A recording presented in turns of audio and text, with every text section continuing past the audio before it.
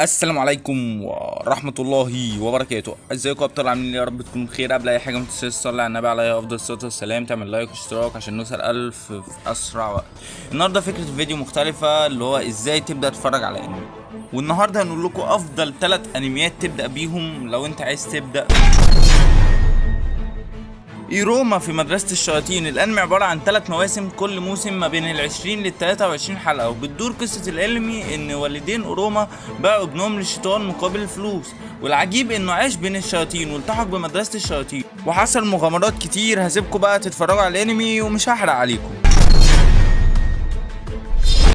تاني انمي معانا هو ناروتو. تم اصداره اول مرة كان عام 2007 وانتهى عام 2017، والانمي بيتكون من 500 حلقة، وبتدور قصة الانمي على النينجا المراهق ناروتو اوزوماكي اللي وجد نفسه منبوذ من سكان قريته بسبب الكيوبي اللي جواه، وعشان كده حط عينه على لقب الهوكاجي.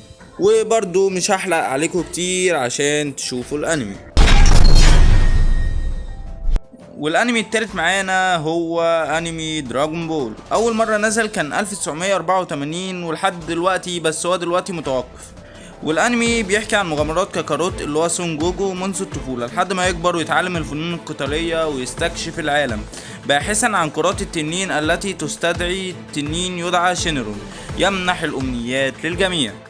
وبس كده، اتمنى تكون الحلقة عجبتكم. ما تنساش الاشتراك وتفعيل زر الجرس عشان يوصلك كل جديد. عايزين نوصل 1000 في اسرع وقت عشان في مفاجأة جامدة قوي في الطريق. اشوفكم الفيديو الجاي، سلام.